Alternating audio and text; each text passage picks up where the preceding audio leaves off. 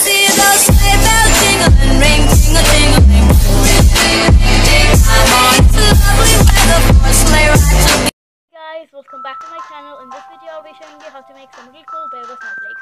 So first I'll be showing you some of them that I've already made. This is one of them. It's supposed to be like snowmen, and yeah, this one,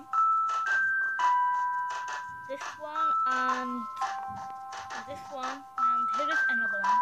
And I also made this one, but this one is made in a different way, which is super easy. So basically you just get a square piece of paper, fold in half, like this, maybe not, just fold in half, and fold in half again, like this, and then you cut out different shapes.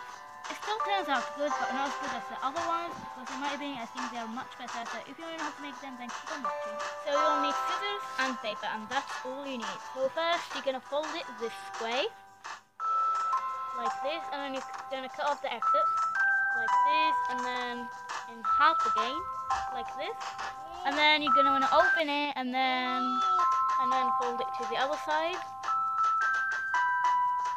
and make sure it's still lining up with the center, and flip it over, and fold it so it lines up with the paper, just like this, and if you see that, then you just need to fix it, and make it line up with the paper, and then fold in half, like this part, so you're left with a triangle.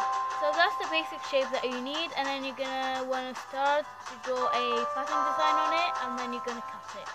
So I quickly sketched out this design, and then you're gonna want to mark out which parts you want to cut, so you don't get mixed up when you start cutting.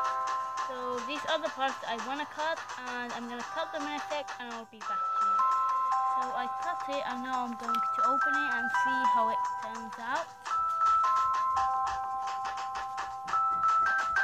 Okay, so that's how it turned out.